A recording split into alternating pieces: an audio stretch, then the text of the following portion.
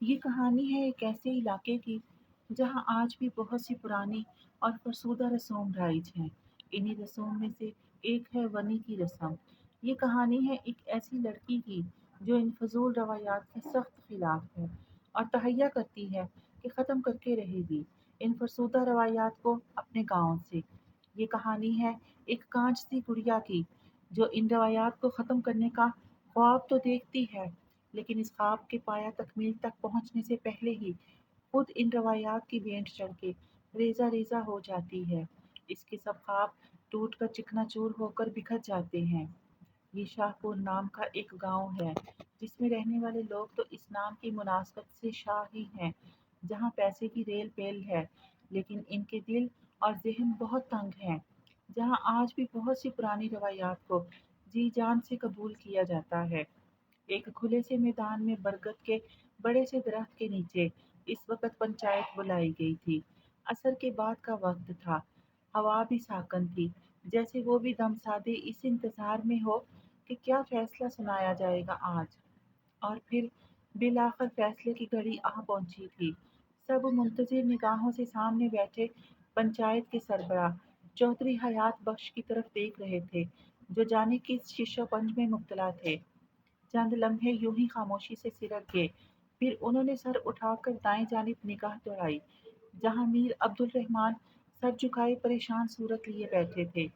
ان کے نزدیک ہی ان کے تینوں بیٹے موجود تھے، جن کی حالت باپ سے کچھ زیادہ مختلف نہ تھی۔ چودھری حیات بخش نے گردن گھمائی اور اپنے بائیں جانب موجود افراد کے چہروں پر نگاہ ٹکائی، جہاں میر بخت آور گردن اکڑائے بڑے کروفر سے براجمان تھے۔ آنکھوں میں نفرت اور غصہ لیے میر عبد الرحمن کو گھورتے ہوئے ان سے کچھ فاصلے پر ان کے تین بیٹے بیٹھے تھے، فیصلے کے منتظر۔ ان کے علاوہ وہاں کچھ اور افراد بھی موجود تھے۔ چودھری حیات بخش نے گلا کھنکارا، یہ ایک اشارہ تھا سب کو اپنی جانب متوجہ کرنے کا۔ ایک پل کو سب کے دل سکڑ کر پھیلے تھے، نہ جانے کیا فیصلہ ہو آج۔ چونکہ میر عبد الرحمن کے بیٹے ہاشم عبد الرحمن نے میر بخت آور کے بیٹے انس کا قتل کیا ہے، لہٰذا اس قتل کے بدلے میں میر عبد الرحمن کی بیٹی شائنہ عبد الرحمن ونی کے طور پر آج اور ابھی میر بخت آور کے بیٹے یوسف بخت آور کے نکاح میں دی جائے گی۔ فیصلہ سنا دیا گیا تھا۔ کوئی قیامت سی تھی جو ٹوٹ پڑی تھی میر عبد الرحمن اور ان کے خاندان پر۔ میر عبد الرحمن کو لگا کسی نے ان کے کانوں میں پگھلا ہوا سیسا انڈیل دیا ہے۔ کوئی ان کے جسم کے ٹکڑے ٹکڑے کر دیتا، شاید تب بھی اتنا درد نہ ہوتا۔ انہوں نے اذیت کی انتہا پر پہنچتے ہوئے آنکھیں سختی سے میچی، دو آنسو پلکوں کی باڑ توڑ کر چہرے سے پھسلتے ہوئے سفید داڑھی میں جذب ہو کر اپنا وجود کھو بیٹھے تھے۔ ان کا جھکا سر مزید جھک گیا، کندھے بھی ڈھلک گئے، وجود پر لرزش سی طاری ہو گئی۔ میر بخت آور اور ان کے بیٹوں نے مسکراتے ہوئے فاتحانہ اور تضحیک بڑی نگاہوں سے ان کے جھکے سر کو دیکھا۔ ہر طرف سناٹا سا چھا گیا تھا کچھ پل کے لیے، جیسے ارد گرد کی ہر چیز اس فیصلے پر ماتم کر رہی ہو۔ کوئی کچھ بول نہ سکا، اور پھر کوئی جھٹکے سے اٹھ کھڑا ہوا۔ سب کی نگاہیں اس طرف اٹھی تھی، وہ ہاشم عبد الرحمن تھا۔ سرپنچ انکل، میں نے پہلے بھی بتایا تھا کہ میں نے یہ قتل نہیں کیا، ضبط سے سرخ ہوتے چہرے کے ساتھ وہ چلایا تھا، جس پر میر بخت آور نے طنزیہ اور ناگوار نظروں سے اسے گھورا۔ آج تک جرم کرنے کے بعد کون سا مجرم یہ مانا ہے کہ ہاں یہ جرم میں نے کیا ہے؟ میر بخت آور کے لہجے میں تصحیق تھی، آنکھوں سے چنگاریاں پھوٹ رہی تھی۔ ہاشم نے خونخوار نظروں سے میر بخت آور کی جانب دیکھا۔ بس نہیں چل رہا تھا، ورنہ ابھی اسی وقت قتل کر دیتا اسے۔ چودھری حیات بخش نے ہاتھ اٹھا کر میر بخت آور کو خاموش رہنے کا اشارہ کیا۔ پھر ہاشم کی جانب متوجہ ہوئے۔ اس بات پر پہلے بھی بحث ہو چکی ہے ہاشم عبد الرحمن، سارے ثبوت، سارے گواہ آپ کے خلاف ہیں، ثابت ہو چکا ہے کہ قتل آپ نے ہی کیا ہے، ٹھہرے ہوئے لہجے میں کہا گیا تھا۔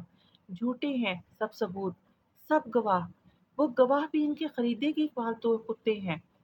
یہ سب ان کی چال ہے، پرانی دشمنیوں کا بدلہ اس طرح نکالنا چاہتے ہیں یہ ہم سے۔ ہاشم بھڑک اٹھا تھا، चौधरी हयात बख्श ने सख्त नजरों से इसकी तरफ देखा।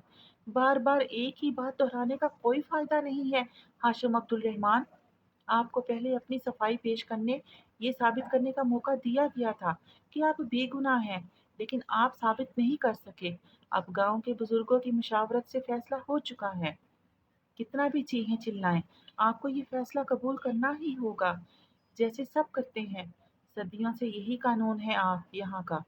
आपको इन असूलों की खिलाफ वर्जी करने का हक नहीं दिया जाएगा। चौधरी हयात बख्श के लहजे में इस बार रोक था। सख्त लहजे में बहुत कुछ बावर कर आ गए थे हाशिम को। हाशिम ने लब भींचे। कैसे बचाए वो अपनी बहन को इन जालिमों के शिकंजे से। वो बेबस हो रहा था। उसने चौधरी हयात बख्श की जानिब देखा। ठीक है, मान लिया, कत्ल हुआ है, मैंने ही कत्ल किया है, लेकिन ये कत्ल मेरे हाथों हुआ है, सजा भी मुझे मिलनी चाहिए। कत्ल के बदले कत्ल का भी तो असूल है यहाँ। खून बहा भी तो जायज है। तो आप इनसे कहिए ये मेरी जान लेकर अपना बदला पूरा कर ले, मेरे खून से हाथ रंग ले, लेकिन मैं अपनी मासूम बहन को इन दरिंदों के हवाले नहीं करूंगा। कहते हुए हाशिम ने सुलगती नजरों से मीर बख्त आवर को देखा था, जिसके चेहरे का रंग बदला था पल भर के लिए। इसके बेटे गुस्से में उठने लगे थे। जब मीर बख्तावर ने इन्हें रोक दिया, वो लुत्फ अंदोज हो रहे थे इस तमाशे से। मीर हाशिम की अपनी बहन के लिए तड़प इन्हें मजा दे रही थी। रगो पैर में सुकून सा उतर जा रहा था। चौधरी हयात बख्श ने गहरी सांस भरी। फिर हाशिम से मुखातिब हुए, ये तो अब मकतूल के घर वालों की मर्जी है कि वो खून बहा ले या वनी के तौर पर लड़की, और इनका कहना है कि इन्हें खून बहा नहीं चाहिए, वनी के तौर पर लड़की ही चाहिए। और इस असूल के मुताबिक आप लोग इस फैसले से इनकार नहीं कर सकते। चौधरी हयात बख्श का अंदाज अटल था। "हुँ, हमसे दुश्मनी मोल लेने चले थे", मीर बख्तावर ने नहुवत से कहा, जिस पर हाशिम ने सुलगती निगाहों से इसकी जानिब देखा। तुम्हें तो मैं गुस्से से इसकी जानिब बढ़ा ही था, जब मीर अब्दुल रहमान ने इसका हाथ थाम कर रोका। आसिम और सारिम ने भी इसे कंधों से थामा। बस हाशिम, तुमने जो करना था कर चुके हो, जितना तमाशा होना था हो चुका, अब मजीद तमाशा मत बनाओ हमारा। मीर अब्दुल रहमान के लहजे में तलखी थी। फिर उन्होंने आसिम और सारिम की जानिब देखा। जाओ, तुम दोनों शाइना को ले आओ, करब से कहते हुए वो रुख मोड़ गए। सिर्फ वो जानते थे कि ये अल्फाज कहते हुए वो किस अजियत से दो चार हुए थे। आज वो अपनी लाडली बेटी को खुद इस जहन्नुम में धकेल रहे थे। वो मजबूर थे, पंचायत के इस फैसले को ठुकरा नहीं सकते थे। और अगर वो खून बहा भी देते तो हाशिम की बीवी और इसके 3 बच्चे, इनका क्या होता? इन मासूम बच्चों का क्या कसूर था? इन्हें कौन संभालता? एक हाशिम के साथ साथ 4 जिंदगियां और भी बर्बाद हो जाती। इसलिए इनमें इतनी सिकत ना थी कि वो ये फैसला करते। उन्होंने अपनी बेटी की कुर्बानी देने के फैसले कर लिया था। आसिम और सारम अपनी जगह से 1 इंच न हिल पाए थे। सुना नहीं तुम लोगों ने? जाओ। मीर अब्दुल रहमान दाड़े थे। वो दोनों डर कर पीछे हटे, फिर बेजान होते कदमों से वहां से निकल आए। हाशिम गुस्से से पैर पटकता वहां से चला गया। फिर बेजान होते कदमों से वहां से निकल आए। हाशिम गुस्से से पैर पटकता वहां से चला गया, जबकि मीर अब्दुल रहमान वही ढह से गए थे। वो आज सुबह से ही बुलाई बुलाई फिर रही थी, हवेली की सुनसान हवेली की तवील और सुनसान राहदारियों में किसी तितली की मानिंद इधर से उधर चक्कर लगाती। जाने क्यों आज बहुत दिल घबरा रहा था। इसकी छठी हिस्स बार बार कुछ बुरा होने का इशारा दे रही थी। वो मुसलसल लब पर दरूद शरीफ का विर्द कर रही थी। मुंतजिर सी निगाहें हवेली के मेन गेट पर जमी थी। पिछले 1 माह से हवेली बिल्कुल ही वीरान होकर रह गई थी, जब से हाशिम लाला के हाथों मीर बख्त आवर के बेटे उन्स का कत्ल हुआ था। तब से सोच की सी कैफियत तारी थी सब पर। और आज आज पंचायत में अपना फैसला सुनाना था। ना जाने क्या हुआ होगा वहाँ। वो इस तरह भी अंदाज में इधर उधर टहल रही थी, सफेद खुले पांचों वाली शलवार के साथ सफेद घुटनों से बालिश्त बार ऊंची कमीज पहन रखी थी। सुर्ख रेशमी दुपट्टा कंधों पर फैला हुआ था, जबकि लंबे स्याह बाल पुश्त पर बिखरे थे। बादलों की चंद लटें बार बार हवा से उड़कर इसके रुखसारों को छूती, जिन्हें वो मखरूती उंगलियों से कान के पीछे उड़सती। पैरों में सरफू सफेद रंग की नाजुक सी चप्पल थी। इस खूबसूरत सी लड़की के हर हर अंदाज से बेचैनी झलक रही थी। मगरिब का वक्त होने को था, लेकिन बाबा जान और लाला अभी तक नहीं आए थे। उसने एक नज़र हवेली के अंदरूनी हिस्से पर डाली। माँ जी और भाभी दोनों अपने कमरों में जाए नमाज बिछाए दुआएं मांगने में मशगूल थी। दिल खैर की दुआएं मांग रहा था। या अल्लाह, हमें इस मुसीबत से निकाल दे, हमारे हक में बेहतर फैसला करना। वो हल्की आवाज में दुआएं मांग रही थी। तभी हवेली का बड़ा आहनी गेट खुला था। आसिम और सारिम गेट से अंदर दाखिल हो रहे थे, मुज़महिल और थके थके कदमों से। शाइना तेजी से इनकी जानिब बढ़ी। लाला, क्या फैसला हुआ पंचायत में? हाशिम लाला और बाबा जान कहाँ है? वो बेताबी से पूछती इनके नजदीक आई। आसिम और सारिम से 2 कदम आगे था। वो आसिम के सामने जा खड़ी हुई। आसिम ने भराई हुई निगाहों से इसके खूबसूरत चेहरे को देखा। सफेद रंगत में धूप के बाइस गुलाबियां से घुली थी। आसिम का दिल चाहा वो चीख चीख कर रोए। कैसे बता पाएगा कि वो क्या फैसला किया है पंचायत ने? इसका दिल जल रहा था। तभी इसके पीछे से सारंग की हिचकियों की आवाज आने लगी। शाइना ने हैरान होते हुए सारंग को देखा। अभी कुछ पूछने ही वाली थी कि अंदर से माँ जी और भाभी तेज तेज कदमों से इनकी जानिब चली आई। माँ जी के हाथ में तस्बीह थी, जबकि भाभी की चेहरा हुजाब के हिसार में लिपटा था। आसिम पुत्र, क्या हुआ? क्या फैसला किया है पंचायत ने? तेरे बाबा और हाशिम किधर हैं? वो क्यों नहीं आए? माँ जी ने भी शाइना का ही सवाल दोहराया। ज़ब्त की शिद्दत से यासीन का चेहरा सुर्ख हो रहा था। आंखों में भी गुलाबीपन सा था। उसने कुछ कहना चाहा, लेकिन लब फकत फड़फड़ा कर रह गए। आसिम के पीछे मौजूद सारिम बेदम सा होता वहीं सुर्ख ईंटों से बनी इस रविश के किनारे घुटनों के बल गिर सा गया। वो ऊंची आवाज में रो रहा था। भाभी और माँ जी बौखला कर इसकी जानिब बढ़ी। वासिम, क्या हुआ है? कुछ तो बोल, मेरा दिल फट जाएगा। हाशिम और तेरे बाबा किधर हैं? माँ जी ने सारंग को झंझोरा। शाइना परेशान सी इसे देखती रही। ऐसा क्या हुआ था कि इसके भाई आज यूं जब्त होकर रो रहे थे? वो उलझी। उसने आसिम का बाजू थाम कर इसका रुख अपनी जानिब किया। आसिम लाला, सारिम यूं क्यों रो रहा है? कुछ तो बताइए प्लीज, खुदा का वास्ता है, कुछ तो बोले। इसकी आवाज अनजाने खदशात से लरज रही थी। हासिम ने बेसाख्ता इसे गले लगाया और फूट फूट कर रोने लगा। क्या कहे इनसे कि कयामत टूट पड़ी है इन पर। माँ जी सारंग की तरफ से कोई जवाब न पाकर दोबारा आसिम की जानिब बढ़ी। गुस्से से इसे अपनी जानिब खींचा। आसिम लड़खड़ा सा गया। आसिम, कुछ बोलते क्यों नहीं? क्या फैसला हुआ है वहाँ? माँ जी के अंदाज में सख्ती थी। आसिम ने खुद पर काबू पाने की कोशिश की, अपने आंसू पोंछे। माँ जी, वो पंचायत का फैसला है कि गुड़िया को बनी। अटक अटक कर बोलता। वो अपनी बात भी मुकम्मल ना कर पाया, लेकिन इसकी अधूरी बात पूरा मतलब समझा गई थी। और जो कुछ उसने बताया था, उसने इन तीनों के हवास सलब कर लिए थे। माँ जी लड़खड़ा कर पीछे हुई। भाभी ने तेजी से आगे बढ़कर उन्हें सहारा दिया, जबकि शाइना, वो तो बस पटी पटी सी निगाहों से आसिम का चेहरा देख रही थी। साकत, बेजान सी मुजस्समा बनी। चेहरा बिल्कुल सफ़ेद हो चुका था, जब इसके जिस्म से खून की आखिरी बूंद तक निचोड़ ली गई हो। न, नहीं, ऐसा नहीं हो सकता। मेरी बच्ची, वो बहुत मासूम है। तो तुम लोग कैसे ऐसे? माँ जी दर्द की शिद्दत से बोल नहीं पा रही थी। भाभी रोते हुए तड़प कर आसिम के नजदीक आई। आसिम, ये ये जुल्म कैसे कर सकते हो तुम लोग गुड़िया पर? नहीं, प्लीज कह दो ये झूठ है। भाभी की बात पर आसिम ने आंखें सख्ती से मींची। काश, काश जमीन फटे और वो इसमें समा जाए। दिल ने शिद्दत से ख्वाहिश की थी, ऐ काश ये झूठ होता। काश हमारी जिंदगी में ये तूफान ना आया होता।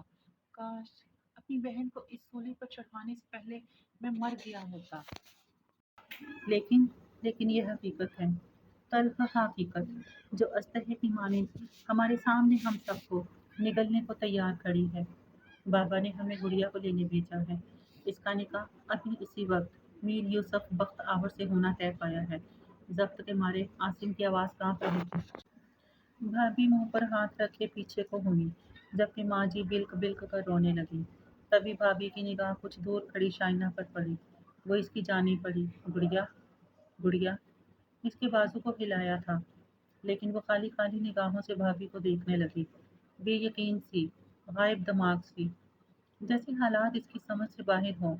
عاصم شائنہ کی جانب بڑھنے لگا، قریب جا کر ایک نظر اس کے چہرے کو دیکھا، لٹھے کی مانند سفید چہرے کو، اس کے زمین کو چھوتے دوپٹے کو جو ایک کندھے سے ڈھلک چکا تھا، اٹھایا اور اس کے سر پر اوڑھایا، اس کے سر پر بوسہ دیا، ایک آخری الوداعی بوسہ، پھر اس کا ہاتھ تھام کر باہر کی جانب بڑھا۔ ماں جی تیر کی سی تیزی سے ان کے سامنے آئی۔ نہیں عاصم، خدا کا واسطہ، میری بچی کے ساتھ یہ ظلم مت کرو، اسے جیتے جی موت کے منہ میں مت دھکیلو، وہ لوگ بہت ظالم ہیں، مار ڈالیں گے اسے۔ روتے ہوئے دونوں ہاتھ عاصم کے سامنے جوڑے وہ التجا کر رہی تھی۔ عاصم نے سرخ ہوتی آنکھوں سے ان کی جانب دیکھا۔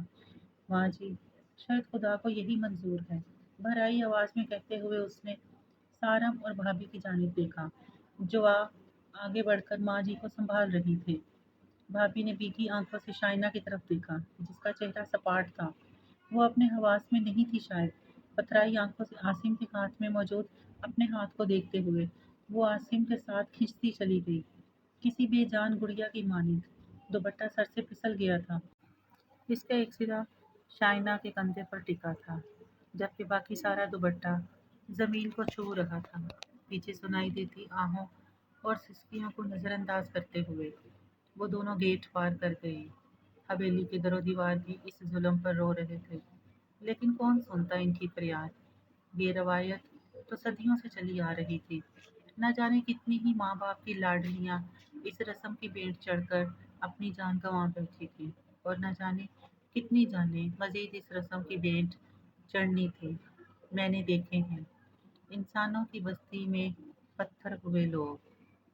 راستے میں ملنے والے ہر فرد نے افسوس اور ترحم بڑی نگاہوں سے اس شہزادی کو دیکھا تھا، جسے آج قید تنہائی کی سزا سنائی جانی تھی، جس کی باقی کی زندگی اب گھٹ گھٹ کر ہی بسر ہونی تھی۔ بیٹیاں چاہے کسی بادشاہ کے گھر ہی کیوں نہ پیدا ہوں، ہر ماں باپ ان کے نصیب سے ڈرتا ہے کہ نہ جانے کیا لکھا ہے ان کی قسمت میں۔ اور ایسی ہی ایک بیٹی، وہ جو بابا کی لاڈلی، بھائیوں کی جان ہوا کرتی تھی، انمول سے بے مول ہونے جا رہی تھی۔ عاصم اس کا ہاتھ تھامے اس برگد کے درخت تک لے کر آیا، جس کے سائے تلے سب افراد ان کا ہی انتظار کر رہے تھے۔ سونا خالی نگاہوں سے سب کو دیکھ رہی تھی، دوپٹہ سر پر لینے کا بھی ہوش نہ تھا۔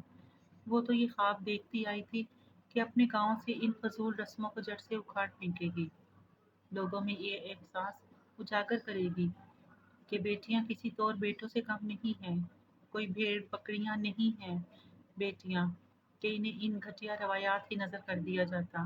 لیکن آج قسمت نے کیسا کھیل کھیلا تھا اس کے ساتھ کہ ان روایات سے نفرت کرنے والی وہ کانچ کی گڑیا آج خود ان کی بھینٹ چڑھ رہی تھی۔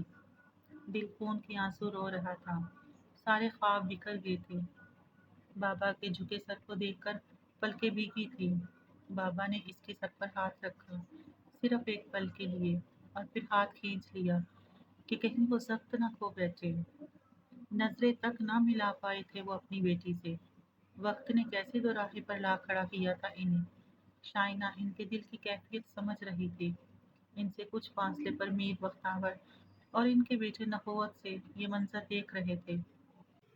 نکاح کی رسم شروع کی گئی، اور اس نکاح کو قبول کرتے ہوئے وہ اذیت کی کن کڑی منزلوں سے گزری تھی، صرف وہی جانتی تھی۔ شکوہ کرتی بھی تو کس سے؟ رونے کو کوئی کندھا بھی میسر نہ تھا اب تو۔ سفید لباس میں سرخ دوپٹہ سر پر اوڑھے کانپتے ہاتھوں سے اس نے نکاح کے کاغذات پر دستخط کیے، اور جسم سے جان بھی ختم ہو گئی۔ اسے لگا اس کی روح جسم سے نکل چکی ہے، اب ایک بے جان لاشا تھا جسے ان لوگوں نے اپنے ساتھ لے جانا تھا۔ دور کھڑے اس کے خواب اب منہ چھڑا رہے تھے، کہے لگا رہے تھے اس کی بے بسی پر۔ لمحوں کا کھیل تھا اور اس کی زندگی کا پانسا پلٹ چکا تھا۔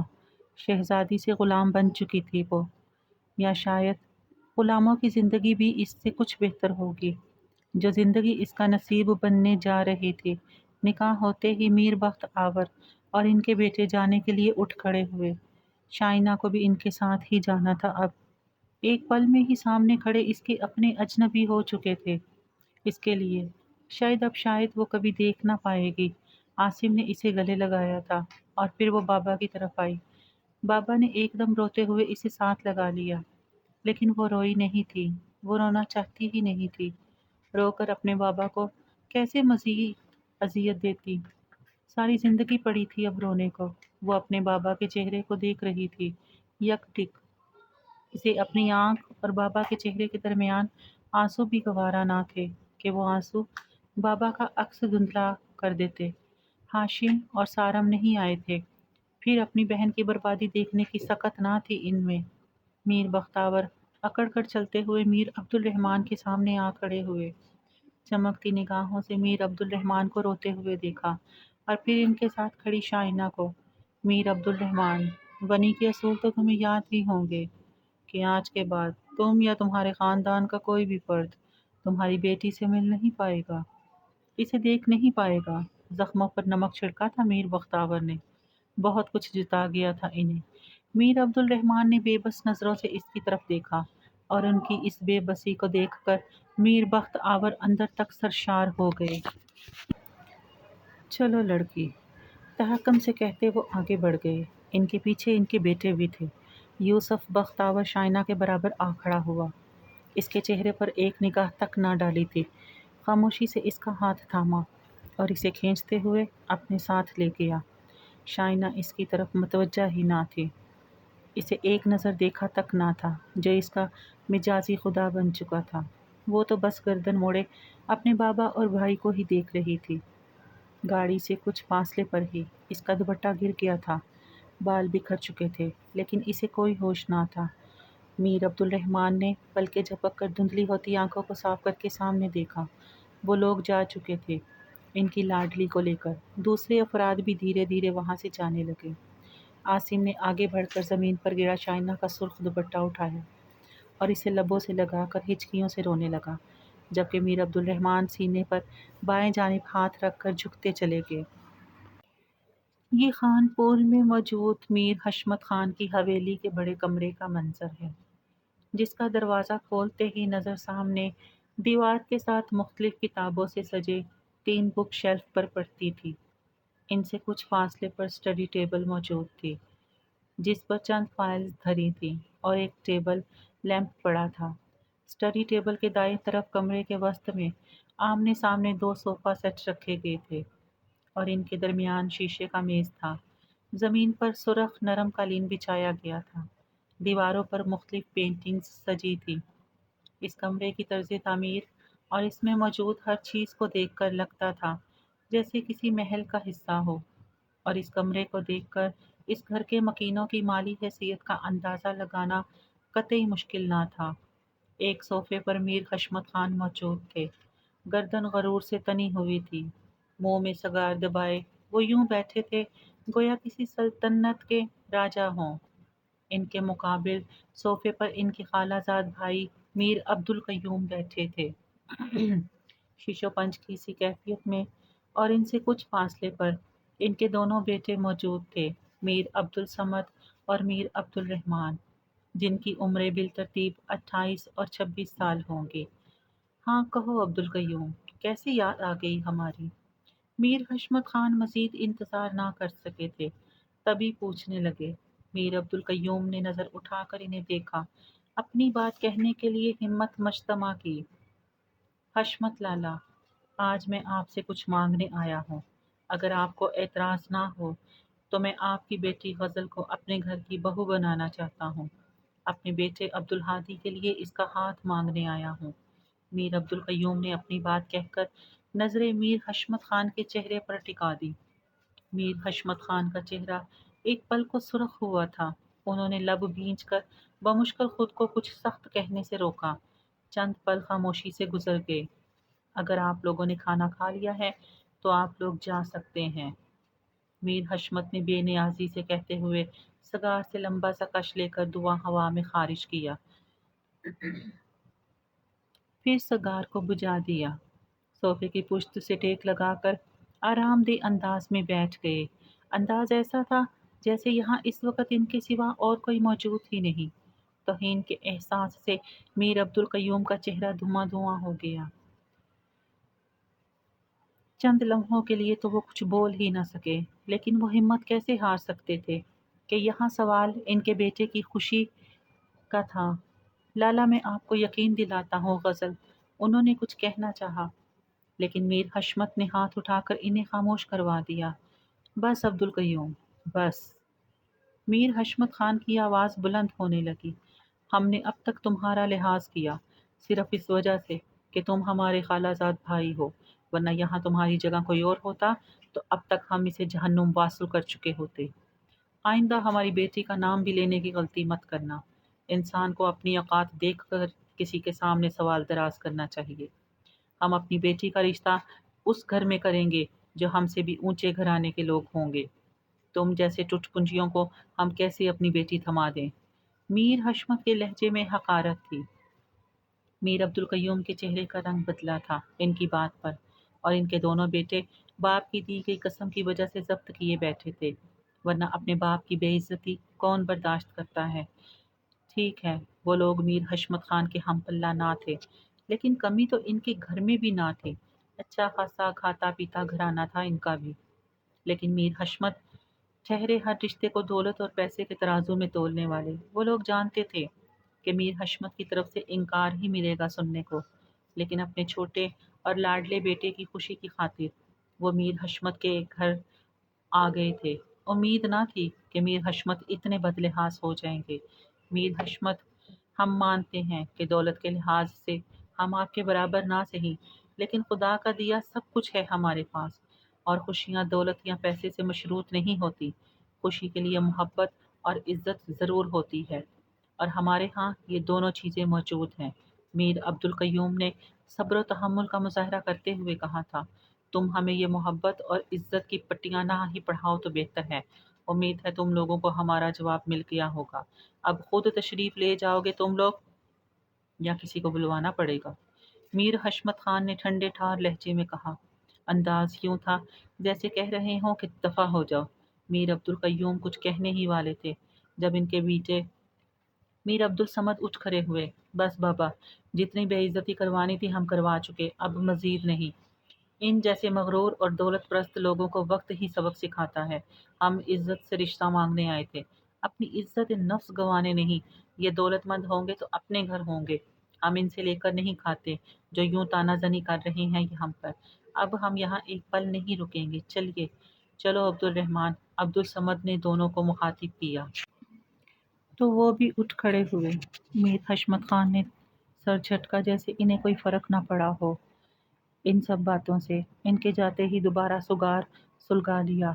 इन तीनों के कमरे से निकलते ही मीर हशमत के दोनों बेटे मीर बख्त आवर और मीर दिलावर कमरे में दाखिल हुए। क्या हुआ बाबा जान? अब्दुल कय्यूम चचा बहुत जल्दी चले गए? मीर बख्तावर ने बाप से पूछा। हो, लोग अपनी औकात भूल जाते हैं और चले आते हैं मुंह उठाकर मीर हशमत के दरबार में भीख मांगने। लेकिन मीर हशमत खान अच्छी तरह जानता है कि लोगों को कैसे उनकी औकात में रखा जाता है। इनके लहजे में अपने पैसे, अपने रुतबे का गरूर बोल रहा था। मीर बख्तावर और मीर दिलावर सवालिया नज़रों से एक दूसरे को देख रहे थे। यह हॉस्पिटल के कॉरिडोर का मंजर है, जहाँ एक अधेड़ उम्र औरत बेचैनी से इधर से उधर चक्कर लगा रही थी, आंखों में नमी लिए आसपास के आलम में बंद दरवाजे को देखते हुए। करीब ही एक कम उम्र लड़की और एक बूढ़ा मर्द बेंच पर बैठे थे। इनके भी हर अंदाजे से इज़्तिराब झलक रहा था। तभी हॉस्पिटल के एक कमरे का दरवाज़ा खुला और वहाँ से सफ़ेद डॉक्टर के लिबास में कंधे पर स्टेथोस्कोप लटकाए एक आदमी बाहर आया। बेंच पर मौजूद बूढ़ा आदमी और वो अधेड़ उम्र औरत तेज़ी से डॉक्टर की जानिब लपके। डॉक्टर साहब, कैसी है हमारी बेटी? कांपती आवाज़ में डॉक्टर से पूछा था। आई एम सॉरी, हम इन्हें नहीं बचा सकते। इनकी ज़िंदगी के ज़्यादा से ज़्यादा भी सिर्फ 5 मिनट बाकी हैं, और वो आप सबको एक नज़र देखना चाहती है। इन 5 मिनटों में आपसे कुछ कहना चाहती है। आप अंदर जा सकते हैं। डॉक्टर ने मायूसी और हमदर्दी के मिले जुले तासरात से कहा और आगे बढ़ गया। جب ان کے قدموں تلے سے زمین سرک چکی تھی۔ بے جان ہوتے قدموں سے وہ تینوں اندر داخل ہوئے۔ سامنے بیڈ پر لیٹے کمزور لاغر سے وجود کو دیکھ کر کلیجہ حلق میں آنے لگتا تھا۔ ایک طرف سے چہرہ جلا ہوا تھا جس سے تکلیف واضح تھی، جسم بھی جل چکا تھا جس پر چادر ڈال رکھی تھی۔